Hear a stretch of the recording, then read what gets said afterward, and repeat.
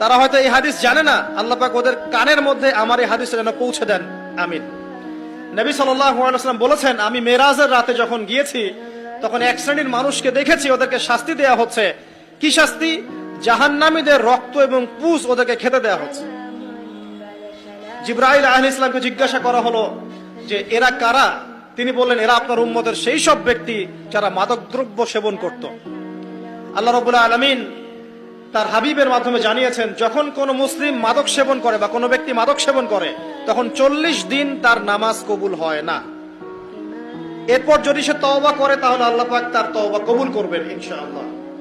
যদি সে আবারও মাদক খায় তওবা করার পর, আবার 40 দিন তার নামাজ কবুল হবে না। যদি সে আবার তওবা করে আল্লাহ পাক আবার তাকে মাফ করে দিবেন। যদি সে আবারও মাদক খায় আবার 40 দিন তার নামাজ কবুল হবে না। তারপর যদি আবার তওবা করে আবার আল্লাহ তাকে মাফ করে দিবেন। এরপরেও যদি সে আবার মাদক দ্রব্য সেবন করে, নবী সাল্লাল্লাহু আলাইহি ওয়াসাল্লাম বলছেন তাকে আল্লাহ রাব্বুল আলামিন পরকালে মৃত্যুর পরে তিনাতুল খাবাল পান করাবেন। তিনাতুল খাবাল। জিজ্ঞাসা করা হল, ইয়া রাসূলুল্লাহ, তিনাতুল খাবাল কি জিনিস? নবী সাল্লাল্লাহু আলাইহি ওয়াসাল্লাম উত্তর দিচ্ছেন, এটা হচ্ছে জাহান্নামীদের রক্ত, মাংস, এগুলো পুড়ে পচে যে রসটা বের হবে, এটা হচ্ছে তিনাতুল খাবাল।